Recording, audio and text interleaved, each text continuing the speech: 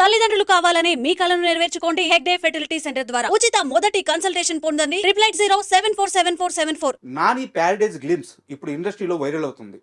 కేవలం 2 నిమిషాలు రివ్యూ కూడా లేని ఈ టీజర్ లేదా గ్లిమ్స్ ఇప్పుడు ఇంతలా వైరల్ ఎందుకు అవుతుంది? ఈ గ్లిమ్స్లో ఉన్న ఓ చిన్న బూతు మాట చుట్టూ తెగ వివాదాలు వస్తున్నాయి. అసలు ఈ మొత్తం గ్లిమ్స్లో ఉన్న కంటెంట్ని ఎలా చూడాలి? ఈ గ్లిమ్స్ ప్రేక్షకులకి ఎంతవరకు కనెక్ట్ అవుతుంది? ఇలాంటి అన్ని విషయాలు తెలియజేయడానికి senior journalist, film critic Bharadwaj గారు మనతో ఉన్నారు. ఆయన అడిగి ఆ గ్లిమ్స్ గురించి మరిన్ని వివరాలు తెలుసుకుందాం. నమస్తే సార్. నమస్తే అండి. సార్, మన ప్యారడైజ్ మూవీ గ్లిమ్స్లోకి వెళ్ళే ముందు, ఆ అనాలిసిస్లోకి వెళ్ళే ముందు స్వతహాగా మీకు అది ఎలా అనిపించింది? అంటే పెద్ద ఇబ్బందికరంగా ఏం లేదు. ఒక సాహసం చేయబోతున్నాడు నాని అని అనిపించింది నాకు. అంటే ఈ మధ్య కాలంలో కొంత అలాంటి జీవితాల గురించి మాట్లాడే ప్రయత్నం జరుగుతోంది. తమిళ సినిమా రంగంలో కొంచెం బలంగా జరుగుతోంది. ఒకవేళ ఆ ఇన్ఫ్లుయెన్స్తో ఈ ప్రయత్నం చేస్తున్నాడా ఇతను అని అనిపించింది. అంటే వెట్రిమారను, పారంజిత్తు వీళ్ళు కొంత తమిళ్లో క్యాస్ట్ ఇష్యూ గురించి మాట్లాడే ప్రయత్నం చేశారు. ఇది క్యాస్ట్ ఇష్యూగా మాట్లాడుకోవట్లేదు తెలుగు సమాజం. ఏది ఇప్పుడు నాని గ్లిమ్స్ ఏదైతే రిలీజ్ అయిందో దానిలో కాకుల కథ చెప్తున్నాం మేము అన్నాడు ఆయన. ఈ కాకుల కథని చెప్పటం అనే దగ్గర ఇది ఒక అట్టడుగు కులాల జీవితాన్ని చెప్తున్నాడు అని అనుకోవాలి కదా. అట్టడుగు సమూహాల జీవితాలకు సంబంధించిన కథ చెప్తున్నాడు. వీళ్ళు కల్చరల్గాను ఇతరత్రా కూడా తీవ్రమైనటువంటి అణిచివేతకి గురైనటువంటి సెక్షను. కోకిల కాకి ఈ కాన్ఫ్లిక్టు ఇవన్నీ పట్టుకొచ్చారు దానిలో ఆ డిస్కషన్లోకి. దీని మీద కదా చర్చ జరగాల్సింది. ఇది కాకుండా అతను చేతి మీద ఒక పచ్చబొట్టు పొడుచుకొని దాని మీద ఎక్కువ చర్చ జరుగుతోంది, అనవసరమైన చర్చ. అంటే ఒక అణిచివేతకు గురైన సమూహం గురించి మాట్లాడబోతున్నాడు. దానికి కాకిని సింబల్గా తీసుకున్నారు. ఇది కాకి గురించి మోజుకూరి జాన్సన్ గారు ఒక కావ్యం రాశాడు. ఓకే. ఆ కావ్యంలో కాకి పడేటువంటి బాధని ఈ దేశంలో దళితులు పడుతున్నటువంటి బాధలతో పోలుస్తూ ఆ రచన సాగుతుంది. నాకు ఇది చూసినప్పుడు అది గుర్తొచ్చింది. చాలా అంటే కంటెంట్కి చాలా దగ్గరగా ఉంది ఆ థీము. ఉంది. రెండోది ఆయన దానిలో ఇంకొక మాట అంటాడు. ఈ దేశ ప్రజలు రాజుల శృంగారాలు, రాజుల యుద్ధాలు చూసి వాళ్ళు అంటే ఎంటర్టైన్ అవుతారు అని అనుకుంటారు, కానీ అప్పుడప్పుడు కాకుల కథలు విని కూడా ఎమోషనలైజ్ అవుతారు. అంటే ఎమోషన్ కూడా వ్యాపారం అయిపోయిన తర్వాత ఏదో ఒక అంశంతో వ్యాపారం చేసుకోవటం, ఏదో ఒక ఎమోషన్తో వ్యాపారం చేసుకోవటంగా భావిస్తే ఈ ఎమోషన్ సాలబిలిటీ ఉంది దీనికి అనేది గుర్తించి ఈ సినిమా తీయటానికి ముందుకు అడుగు వేశాడా నాని. అతనే ప్రొడ్యూసర్ కూడా. అంటే రగ్గడ్ బ్యాక్డ్రాప్లో సినిమా చేయాలి. ఈ రగ్గడ్ బ్యాక్డ్రాప్లో చేసిన సినిమాలు సమాజంలో కనెక్ట్ అవుతున్నాయి అనే ఒక అభిప్రాయం రంగస్థలం నుంచి తెలుగు నిర్మాతలకి, దర్శకులకి కనెక్ట్ అవుతున్నటువంటి పాయింట్. అయితే రంగస్థలం సినిమాలో కూడా ఆ హీరో కులం ఏమిటి అనేది చెప్పడం, కాకపోతే బలహీన వర్గం అనేది మాత్రమే చెప్తాడు. ఇంట్లో ఒక కుట్టు మిషన్ ఉంటుంది, వాళ్ళ తండ్రి పాత్ర వేసినటువంటి నరేష్ దర్జీగా పనిచేస్తున్నాడు అనేది ఎస్టాబ్లిష్మెంటు. తద్వారా అదొక దిగువ తరగతి, దిగువ కులం. అంటే కులం గురించి మాట్లాడటానికి తెలుగు సినిమా ఎప్పుడూ సాహసం చేయలే. మీ మాటలు వింటుంటేనే నాకు ఒక క్వశ్చన్ వచ్చింది సార్. యాక్చువల్గా నా క్వశ్చనరీలో ఇది లేదు. అంటే కంపారిజన్ చేసుకున్నట్టయితే పక్కన మనకి తమిళ సినిమా పరిశ్రమలో వచ్చేసి వాళ్ళు చాలా స్ట్రైట్ ఫార్వర్డ్గా దాన్ని నొక్కి ఒక్క నుంచి మరి దాని మీద సినిమా తీస్తున్నారు అనే కాన్సెప్ట్. అవును. మన దగ్గరికి వచ్చేలేకే అలాంటి రూట్ లెవెల్కి వెళ్తున్నారు, అలాంటి సమస్యలను టచ్ చేస్తున్నారు, ఆ లేయర్స్ అన్ని స్పృశిస్తున్నారు. కానీ కులం అనే మాట చెప్పడానికి ఎందుకు భయపడుతున్నారు? కులం చెప్పకుండా వర్గం అని మాట్లాడతారు. అవును. అయితే భారతీయ సమాజం కుల సమాజమా, వర్గ సమాజమా, ఎలా అర్థం చేసుకోవాలి అనే దగ్గర కమ్యూనిస్టుల దగ్గర నుంచి ఈ కన్ఫ్యూజన్ ఉంది. ఓకే. అంటే భారతదేశంలో చాలా స్పష్టంగా దోపిడీ చేసేటువంటి కులాలు, దోపిడీకి గురవుతున్నటువంటి కులాలుగా సమాజం చీలు ఉంది. అంటే శ్రామిక కులాలు అంటున్నారు వాళ్ళు. ఆ శ్రామిక కులం అనేది ఎందుకు శ్రమ మాత్రమే చేయాలి వాళ్ళు? సంపద మీద హక్కులు కొన్ని కులాలకు ఉంటుంది. కొన్ని కులాలు ఆ సంపదలో పనిచేసి మాత్రమే బతుకుతూ ఉంటారు. ఏదైనా ఒక ఊరికి వెళితే, ఒక గ్రామానికి వెళ్ళి ఆ గ్రామంలో భూ సంబంధాలు కనుక ఒకసారి ప్రభుత్వ లెక్కల ప్రకారమే చూస్తే, ఆ గ్రామంలో ఎవరి దగ్గర ఎక్కువ భూమి ఉంది అని చూస్తే కొన్ని కులాల చేతుల్లో ఉంటుంది. అవును. కొన్ని కులాలు అందులో కూలి పని చేసుకుని బతుకుతూ ఉంటాయి. ఆ కులాలు ఒక పల్లెలోనో ఒక గూడెంలోనో ఉంటాయి. అదే కదా వర్గము. అవును. వర్గము అనే మాట ఎక్కడి నుంచి పుట్టింది? కార్ల్ మార్క్స్ దగ్గర నుంచి పుట్టింది. వర్గము అంటే దోపిడీ వర్గము, పీడిత వర్గము అనుకుంటే, ఇక్కడ పీడిత కులాలు, దోపిడీ కులాలుగా ఉంది. కులమే వర్గం. కులమే వర్గముగా అర్థం చేసుకుంటే భారతీయ సమాజం అర్థమవుతుంది. వర్గము అని కన్ఫ్యూజ్ చేస్తారు వీళ్ళు. కులం గురించి స్ట్రైట్గా మాట్లాడకుండా. ఎందుకు మాట్లాడరంటే అగ్రకులాల వాళ్ళు ఇబ్బంది పడకుండా ఉండటానికి. అందుకని కులాన్ని ఓపెన్గా చెప్పడానికి ఒక మొహమాటం అడ్డొచ్చి వర్గం అనేటువంటి ముసుగు చాటున చెప్పే ప్రయత్నం చేస్తారు. వాళ్ళు కొంచెం ఓపెన్గా మాట్లాడుతున్నారు తమిళ సినిమాలో. అవును. తెలుగు సినిమాలో కమ్యూనిస్ట్ దర్శకులు ఉన్నారు కొంతమంది గతంలో. సార్. వి మధుసూదన్ రావు గారు, ఆయన కమ్యూనిస్ట్ పార్టీ నుంచి సినిమాల్లోకి వచ్చాడు. ప్రత్యేగాత్మ గారు ఆయన కమ్యూనిస్ట్ పార్టీ నుంచే వచ్చాడు. తాతినేని ప్రకాశ్రావు గారు కూడా కమ్యూనిస్ట్ పార్టీ నుంచి దీనిలోకి వచ్చిన వాడే. రాఘవేంద్రరావు గారి తండ్రి గారు కేఎస్ ప్రకాశ్రావు గారు కూడా అక్కడి నుంచి వచ్చిన వాడే. ప్రజానాట్య మండలి నుంచి వచ్చాడు ఆయన. వీళ్ళందరూ రూట్స్ అవే. కానీ వీళ్ళు ఎవరూ కూడా కుల సమాజం గురించి మాట్లాడే ప్రయత్నం చేయలే. అవును. కారణం ఏంటంటే క్రమంగా వీళ్ళు ఏ క్యాస్ట్ నుంచి అయితే రిప్రజెంట్ అయ్యారో ఈ కులం సమాజంలో దోపిడీ కులంగా కొంచెం ప్రామినెంట్ రోల్లోకి వచ్చి వీళ్ళకి వ్యతిరేకంగా దళితులు మొబలైజ్ అవుతున్నటువంటి, కింది కులాలు మొబలైజ్ అవుతున్నటువంటి ఒక సన్నివేశం. ఈ సన్నివేశం కన్ఫ్యూజన్లో పడేసింది ప్రపంచాన్ని. జయం మనదేరా అనే ఒక సినిమా చూసాం వెంకటేష్ గారు. అంటే ఆ సినిమా తీసింది దగ్గుపాటి రామానాయుడు గారు. సార్. కుల ఘర్షణ వారి ఊర్లోనే జరిగింది. కారంచేడు అనేది తెలుగు సమాజంలో దళిత చేతనకి ఊతమిచ్చినటువంటి ఓ సందర్భం. ఆ ఇన్సిడెంట్ జరిగింది అక్కడే. ఆ ఇన్సిడెంట్ మీదే వాళ్ళు కమర్షియల్ సినిమా తీసి హిట్ కొట్టారు. ఇది వాస్తవం. అక్కడ కూడా ఎక్కడ అంటే కాస్ట్ గురించి చాలా లోపాయికారిగా మాట్లాడతారు. ఎక్కడా కూడా అవతల అంటే అది కుల పోరాటమే. కింది కులాల వాళ్ళు పై కులాల చేతుల్లో ఉన్నటువంటి సంపదని అందరికీ సమానంగా పంచాలి. ఇదే ప్రోగ్రాం. జరగవలసిన పని అది. ఇప్పుడు మన దేశంలో బర్త్ కంట్రోల్ ఆపరేషన్లు ఉద్యమంలా చేశారు ఒకప్పుడు. అవును. చేసినప్పుడు కింది కులాల వాళ్ళకి చెప్పారు, మీరు పిల్లల్ని కనకండి అని. పిల్లల్ని కంటే ఆ పిల్లల్ని పెంచలేక వీళ్ళకి వచ్చే డబ్బులు చాలక సఫర్ అయ్యి, ఈ సఫరింగ్లో నుంచి ఈ డబ్బులన్నీ వీళ్ళ దగ్గర ఉండిపోవడం వలన కదా మనం ఈ దరిద్రం అనుకుని రివోల్ట్ అవుతారేమో.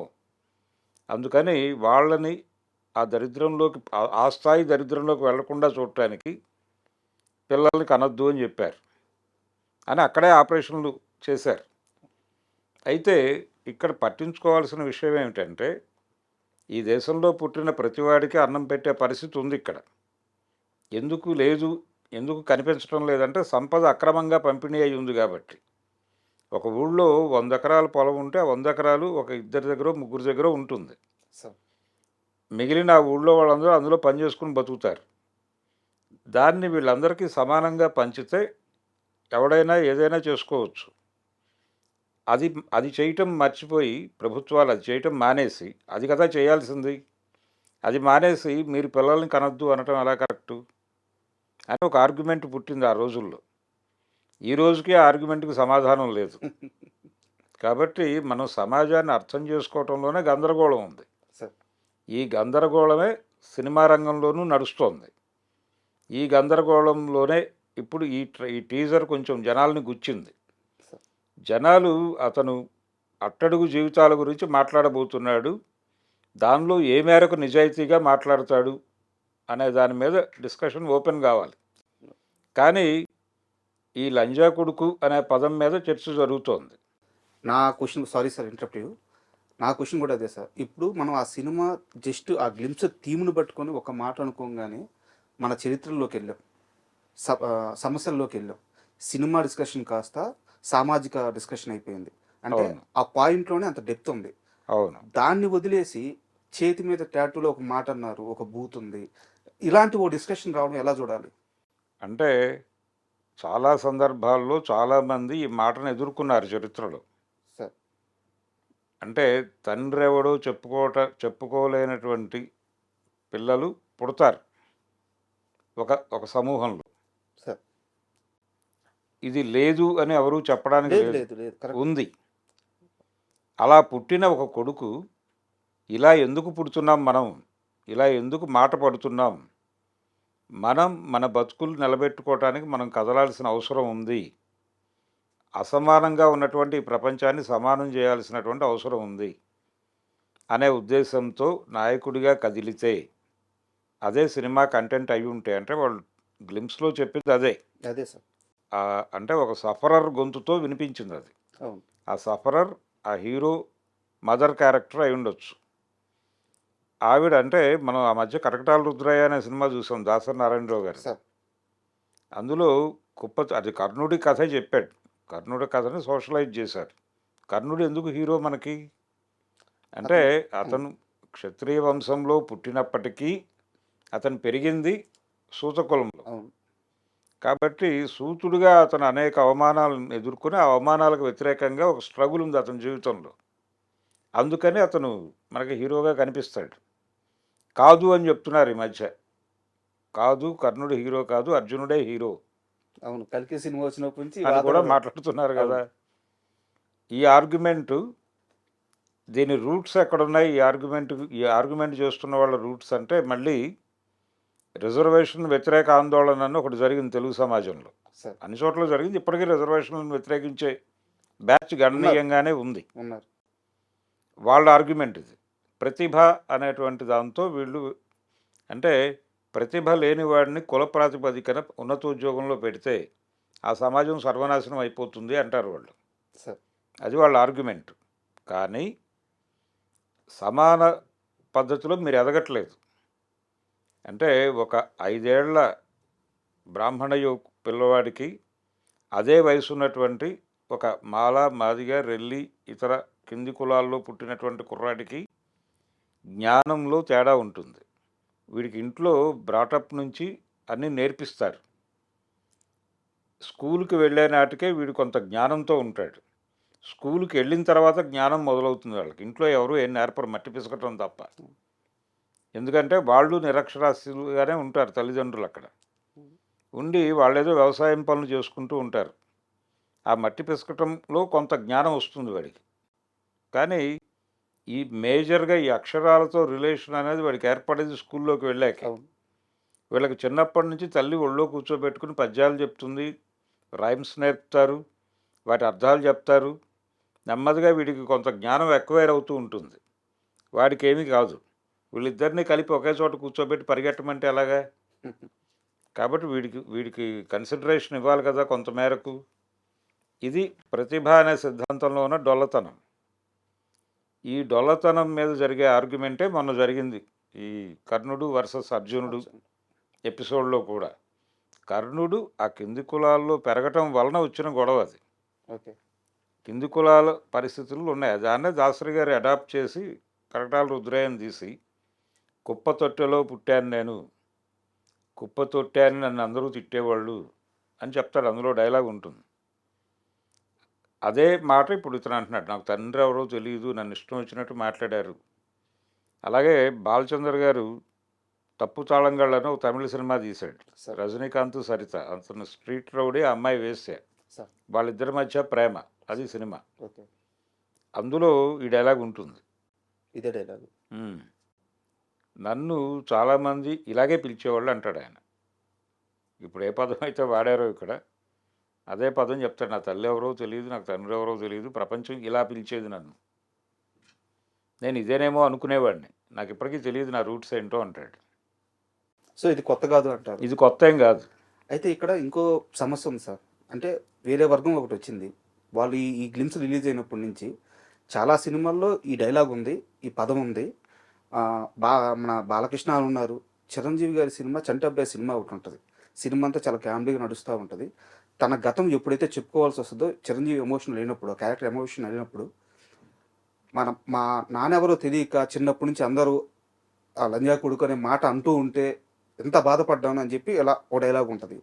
ఇలా అగ్ర హీరోలందరూ ఈ మాటను చెప్పున్నారు. అయితే ఇప్పుడు వస్తున్న వాదన ఏంటంటే, అది సినిమా కంటెంట్లో భాగంగా ఒక ఎమోషనల్ సీన్లోనో ఆ సీన్కి అవసరమే వచ్చింది, ఆ ఫ్లోలో వెళ్ళిపోయింది. అవును.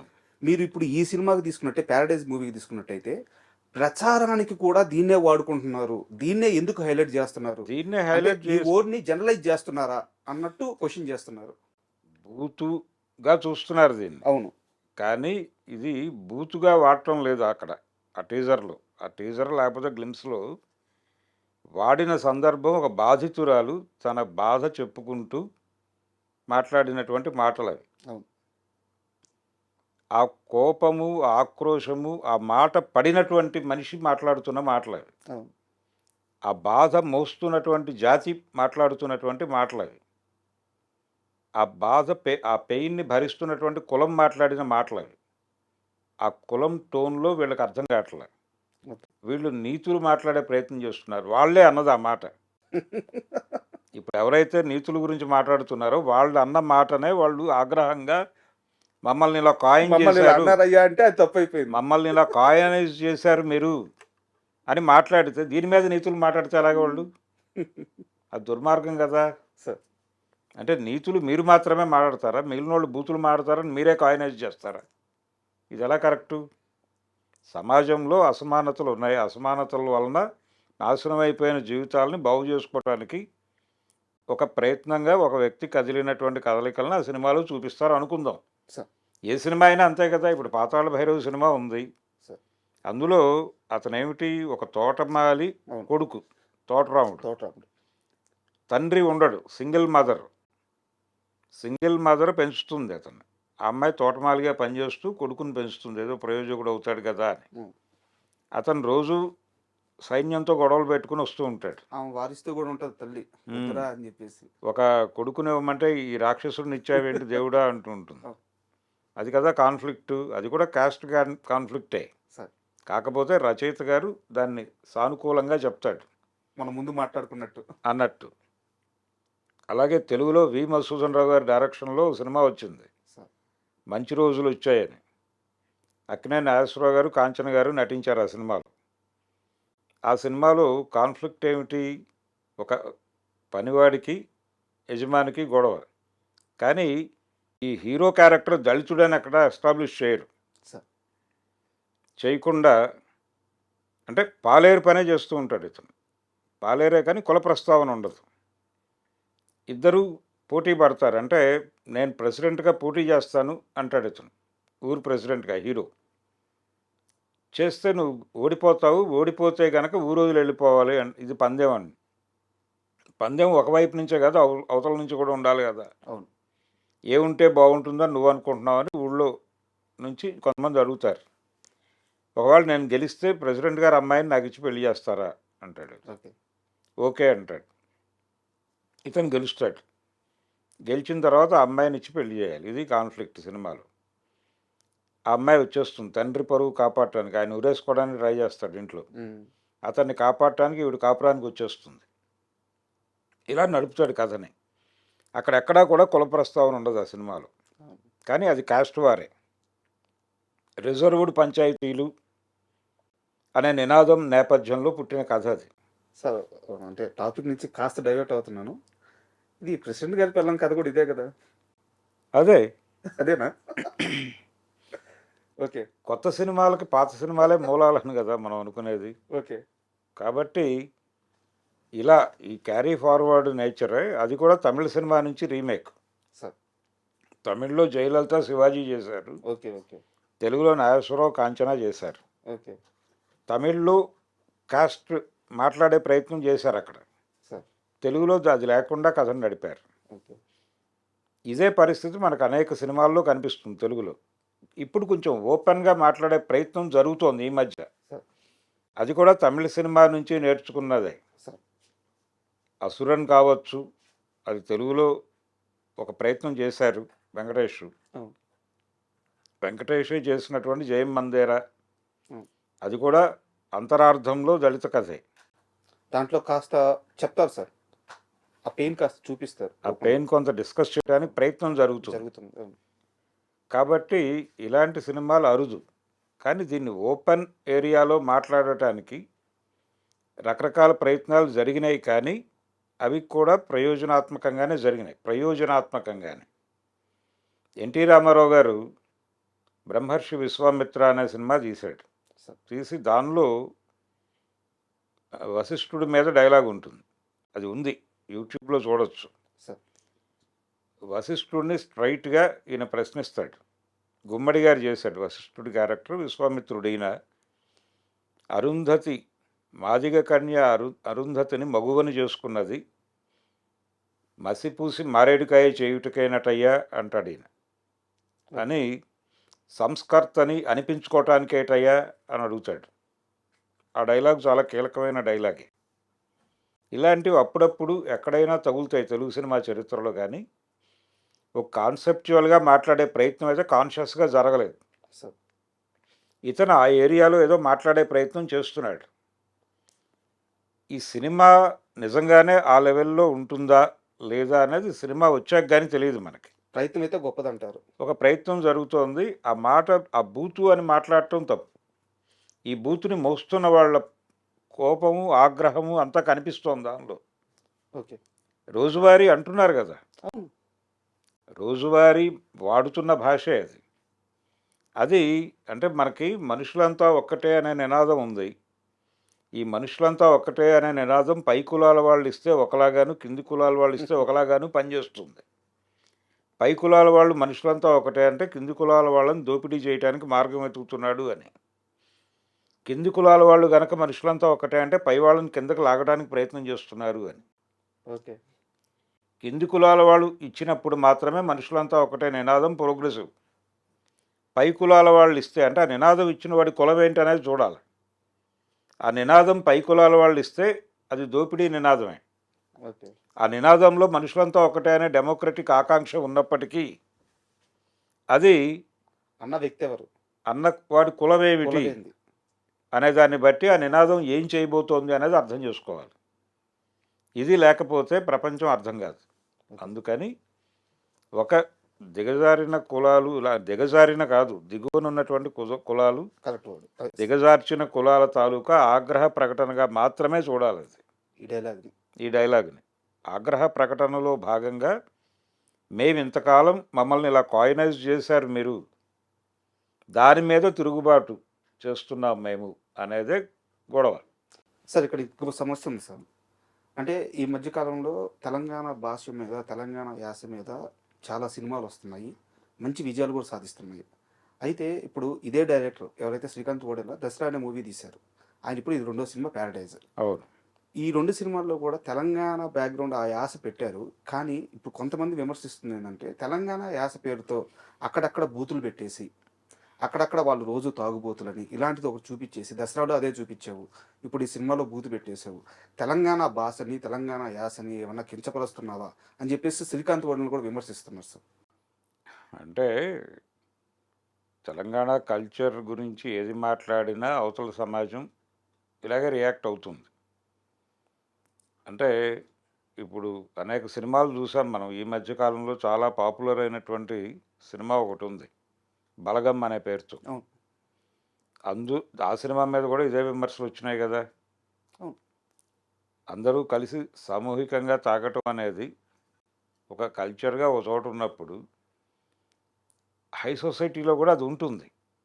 కానీ అంటే ఇంట్లో బారు ఉంటుంది, ఇంట్లో బారు ఉన్నటువంటి బారు లేని ఇల్లు అది ఇల్లు కానేరదు అన్నట్టుగా అగ్రకులాల వాళ్ళ దోపిడీదారుల ఇళ్ళు డిజైన్ అయిపోయినాయి కదా. బార్ రూమ్ పెట్టుకుంటున్నారుగా మీరు. వాళ్ళు ఇది కల్చర్లెస్ వ్యవహారం అంటారు దీన్ని. కానీ ఇద్దరు చేసేది ఒకటే. అదే కదా నువ్వు చేస్తోంది ఏమిటి, వాళ్ళు చేస్తే నువ్వేమో విచిత్రంగా అని ఎందుకు అనిపిస్తోంది, దాన్ని ఎందుకు నువ్వు ప్రజాస్వామికం అనుకోవు. అందుకని ఈ విమర్శల్లో కూడా ఈ తేడాలు ఉంటాయి, ఎవరేమిటి అనేది. అంటే తాము చేసేది శృంగారము అన్న పద్ధతిలో మాట్లాడేస్తారు వీళ్ళు. అది ప్రమాదం. అంటే ఏదైనా సరే ఏది చూపించినా ఇలా గొడవకు వస్తారు. అయితే దసరా సినిమాలో నిజంగా అక్కడ అది బొగ్గు గనుల ప్రాంతంలో జరిగినటువంటి కథగా చెప్తాడు అతను. సార్ కానీ ఆ సినిమా మొత్తం ఆ స్మిత సిల్క్ బార్ చుట్టూ తిరిగి సార్ ఆ బొగ్గు గనుల్లో జరుగుతున్నటువంటి వ్యవహారాల జోలికి వెళ్ళదు. అవును. ఆ బొగ్గు గని కార్మికుల జీవితాల్లోకి వెళ్ళదు. వాళ్ళ జీవితాల్లో ఉన్న ఘర్షణ జోలికి వెళ్ళదు. వాళ్ళకి యాజమాన్యంతో ఉన్నటువంటి కాన్ఫ్లిక్ట్ జోలికి వెళ్ళదు.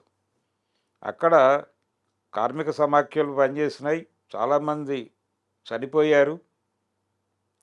ఏది అసలు ఏమైపోతున్నారో తెలియకుండా హత్యలు జరిగినాయి అక్కడ ఓ, వాళ్ళ దగ్గర నుంచి. అంటే ప్రశ్నించిన వాళ్ళని చంపేయటం అనేది ఒక కల్చర్గా నడిచింది సింగరేణిలో. ఓకే. అలా వాళ్ళ జీవితాల గురించి మాట్లాడే ప్రయత్నం ఏమాత్రము చేయకుండా సిల్క్ బార్ చుట్టూ కథను తిప్పటం అనేది తప్పు. ఓకే. దాని మీద విమర్శించవచ్చు, అంతవరకే. అది ఈ సినిమాలో రెక్టిఫై చేసుకునే ప్రయత్నం చేస్తున్నాడేమో అనుకుంటున్నాను నేను. ఏది ఈ ప్యారడైజ్లో అర్థమైంది సార్. అది నిజంగా రెక్టిఫై చేసుకుంటే ఓకే. లేదు ఈ గ్లిమ్స్ వరకే పరిమితమై ఈ చైతన్యం, సినిమా మళ్ళీ యథాతథంగానే ఉంటే అప్పుడు విమర్శించవచ్చు. సార్ మనం అంటే ఈ మాట చుట్టూ ఎక్కువ మాట్లాడుతున్నాను అనుకోవద్దు, ఎందుకంటే ఇప్పుడున్న సమస్య ఇదే కాబట్టి దీని గురించి మాట్లాడుతున్నాను. మనం చూసుకున్నట్టయితే అర్జున్ రెడ్డి, కేజీఎఫ్, పుష్ప ఇలాంటి పెద్ద సినిమాలన్నింటిలో కూడా బూతులు ఉన్నాయి సార్. ఉన్నాయి. కానీ ఎప్పుడైనా నాని మాత్రమే ఏదన్నా కొంచెం కొత్తగా ఆ లైన్ దాటి ప్రయత్నించిన ప్రతిసారి నాని మీదే విమర్శలు, నానినే టార్గెట్ చేస్తున్నారు. ఇండస్ట్రీలో నాని మీద ఏమైనా కుట్ర జరుగుతుందని మీరు అనుకుంటున్నారా? నాని మీద కుట్ర జరుగుతోందని కాదండి, కంటెంట్ మీద జరుగుతోంది. కంటెంట్ మీద మాత్రమే దాడి జరుగుతోంది. ప్రతి సందర్భంలోనూ అదే నడుస్తోంది. అంటే ఒక ఒక మర్యాదస్తుల ఏరియా ఉన్నట్టుగా ఒక భ్రమ కల్పింపజేసి ఇలాగే ఉండాలి, ఇదేం మాట్లాడుకోవాలి అంటారు. అంటే ప్రతి క్యాస్ట్లోనూ బూతుకు కూడా కులం ఉంటుంది. బూతుకి కూడా కులం ఉంటుందనే విషయం తెలుసుకోవాలి. అంటే ఒక కులం బూతు ఒకలా ఉంటుంది, ఇంకో కులం దాని ఎక్స్పీరియన్సెస్లో నుంచి అవి పుడతాయి. అది ఒక అధ్యయనం చేయవలసినటువంటి విషయం. బూత్ అనేది ఒక ఒక ఎమోషన్ తాలూకా ఎక్స్ప్రెషన్.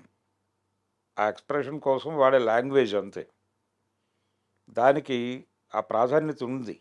ఆ ప్రాధాన్యత ఇచ్చి పరిశోధన జరిపితే ఏ కులం బూతులో ఏ ఆగ్రహం వ్యక్తమవుతోంది అని నువ్వు అధ్యయనం చేయగలిగితే సమాజం నీకు తెలుస్తుంది. సార్ సమాజాన్ని తెలుసుకోవాలనే తపన నీకు లేదు. ఎవరు ఎక్స్ప్రెషన్ చేసినా నీ యాంగిల్లో నువ్వు మాట్లాడటమే తప్ప వాళ్ళు ఏం చెప్పదలుచుకున్నారు అనేది కదా మీరు మాట్లాడాల్సింది. అవును. వాళ్ళు ఏం చెప్పదలుచుకున్నారు అనే కోణం కంటే కూడా నువ్వు అనుకుంటున్నది వాడు మాట్లాడాడా లేదా అనేది రివ్యూ అయిపోతే ఎలాగా? అవును. నీ అభిప్రాయం చెబితే రైటా, వాడి అభిప్రాయం చెప్తే తప్ప, ఇది రివ్యూ అంటే ఎలాగా? అదే జరుగుతుంది. అందుకని ఈ మాట్లాడేటువంటి కులాలు, మాట్లాడగలిగిన కులాలు వాళ్ళే ఈ బూతని దాడి చేస్తున్నారు ఇప్పుడు. సార్ చివరిగా ఒక ప్రశ్న సార్. మనకి నాని అంటే ఏదో న్యాచురల్ స్టారు, మన పక్కింటి అబ్బాయి, మన హీరో, ఇలాంటి ఒక ఎక్స్ప్రెషన్ కానీ ఇలాంటి ఒక ఫీలింగ్ కానీ ఉండేది. కానీ నాని గత చిత్రాలను చూసుకున్నట్టయితే దసరా, హిట్ 3, ఇప్పుడు ప్యారడైజ్, అంటే ఒక రగ్గడ్ క్యారెక్టర్స్, ఒక మాస్ క్యారెక్టర్స్, సో తన పందా మార్చుకునే ప్రయత్నం చేస్తున్నారు. ఇది ఎంతవరకు సక్సెస్ అవ్వచ్చు అనుకుంటున్నారు?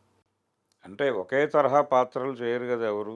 సార్ మారాలి, తను అందరివాడు అనిపించుకోవాలి అనేటువంటి కోరిక ఉంటుంది కదండి. ఆ కోరికలో భాగంగా ప్రస్తుతం ఈ తరహా సినిమాలు చేయాలని అనుకుంటున్నాడు అతను. అంటే దీనిలో కూడా హిట్లో అతని క్యారెక్టర్ వేరు, ఇందులో క్యారెక్టర్ వేరు. ఇది వేరే కథ, అది వేరే కథ. అదొక కాప్ స్టోరీ, సార్ దానికి ఉండే గొడవలు దానికి ఉంటాయి. ఈ కథలో ఈ క్యారెక్టర్కి ఉండే కాన్ఫ్లిక్ట్ ఈ క్యారెక్టర్కి ఉంటుంది.